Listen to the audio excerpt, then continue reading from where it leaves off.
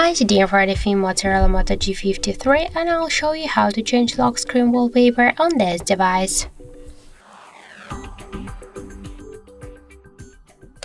So first let's open the settings app and then tap the wallpaper section.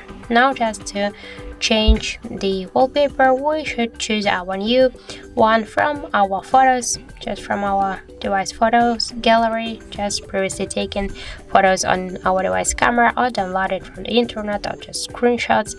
Also I can use here the default wallpaper, so click here and just let's use one from these available wallpapers. Let's open this folder and for example choose this wallpaper. We can change here the position of wallpaper on the lock screen.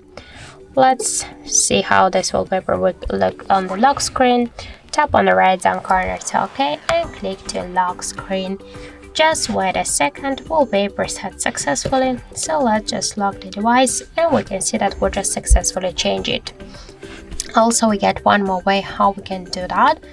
Just first hold the empty space on your home screen, click here to wallpaper section, and by the same way let's just use one from our downloads. Click here, tap to lock screen to OK. And that's it. So thank you for watching, and if you find this video helpful, don't forget to leave a like, comment and to subscribe our channel.